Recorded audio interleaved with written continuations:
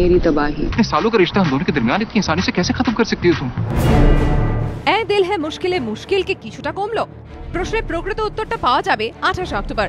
ওই দিনই মুক্তি পাবে করণ জোহরের এই ছবি। তার আগে অবশ্য বৃহস্পতিবার কেন্দ্র স্বরাষ্ট্রমন্ত্রী রাজনাথ সিংহর পূর্ণ নিরাপত্তার আশ্বাস পরিচালক প্রযোজকদের উদ্বেগ কিছুটা হলেও কমাবে। এদিন film and television producers guild of ইন্ডিয়ার সভাপতি মুকেশ ভাট করণ জোহরের প্রোডাকশন হাউস ধর্মা প্রোডাকশনের তরফে অপূর্ব মেহতা রাজনাথ সিংহের সঙ্গে দেখা করেন। ইতিমধ্যে মহারাষ্ট্র নবনির্মাণ সেনা হুমকি দিয়েছে তারা কোনোভাবে এ দিল হে মুশকিল চলতে দেবে না, প্রয়োজনে অশান্তি হবে, কারণ এতে পাকিস্তানি অভিনেতা ফওয়াদ খান অভিনয় করেছেন। এই হুঁশিয়ারির প্রেক্ষিতে এদিন কেন্দ্র স্বরাষ্ট্রমন্ত্রীর সঙ্গে দেখা করেন মুকেশ ভাটরা। তাদের দাবি স্বরাষ্ট্রমন্ত্রী পূর্ণ নিরাপত্তার আশ্বাস দিয়েছেন। I know that my government will definitely protect me. As an Indian, I've come here. As a citizen, I feel it is my right to feel safe. My family to feel safe. We want to celebrate Diwali.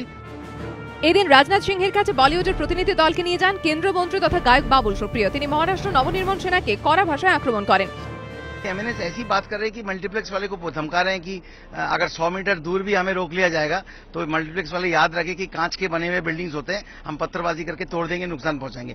कोई भी अगर गुंडागर्दी करेंगे तो law and order अपने हाथ में लेने के लिए एक आम जनता आपको और मुझे जो सजा का सामना करना पड़ेगा उनको भी करना पड़ेगा।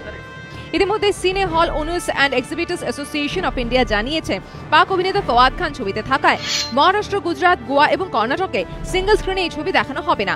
এই মাল্টিপ্লেক্সগুলি কি করে সেদিকে নজর।